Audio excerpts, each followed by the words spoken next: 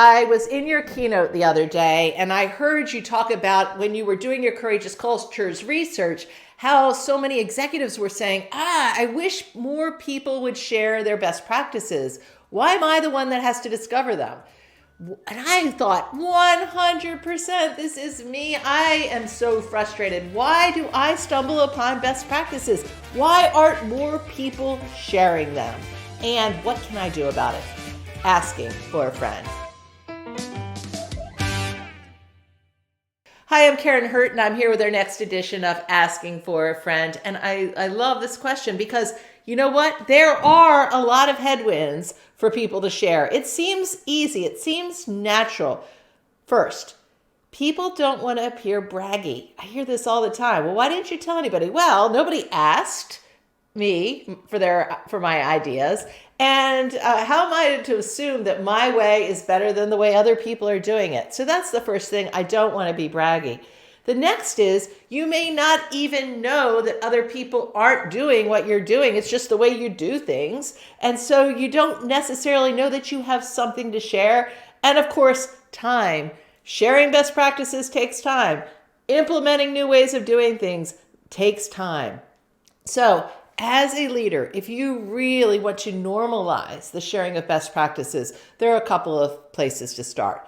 First, new hire orientation or onboarding. When you are bringing a new member onto your team, can you make it absolutely clear about sharing best practices is just something that people like us do?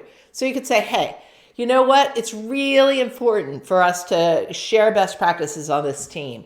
And I don't want to wait for this. I would love to hear your best practices. So you're going to be here, let's say a month. If you got an idea sooner, please speak up. But let's say you get a lay of the land, you start doing your job. I am sure at some moment you're going to say, you know what, there's a thing that we used to do in my old job that would really work well around here. So let's go ahead right now, schedule the finish. Put a time on the calendar where we are going to talk about your observations and any best practices that you're bringing from a previous life that could apply here. Let's go get that on the calendar right now. So that's one.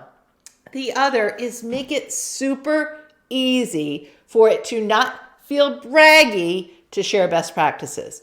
One of the ways that you can do this in a team meeting, or if you have an all hands meeting, and I'll put a link to the article about all hands meetings because I've got a lot of ideas there as well.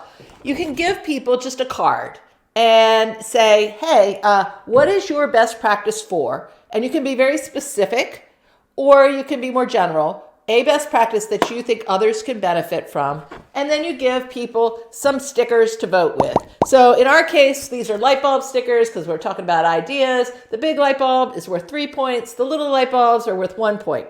What you do is just give people 15 minutes, write down their best practice, stand up, and try to meet with as many people as they possibly can to share their best practices, exchange it, and when they hear one they really like, they can vote with the light bulbs. Then you can get the ones that had the most votes into the room really, really quickly if you've got a big team, and then you lift them up. So everyone gets a chance to share. You have normalized the sharing of best practices, and you've elevated the ones that are really sticking out to have a conversation about potential adoption. So that's another way to do it. And in your virtual meetings, what if once a week or once a month, you said this is going to be our moment for sharing best practices? And you can invite people to submit them in advance and then have people on the agenda to share. Or you could say everyone's going to share one. You can have people sharing in the chat. The key here is to be specific about where you need best practices and encourage people to have something practical and tactical to share. So those are a few of my thoughts. I will also put an additional article in the comments as well with some other ideas for sharing best practices. But I would now love to hear your best practice for encouraging best practices. What would you add? See you next time on Asking for a Friend.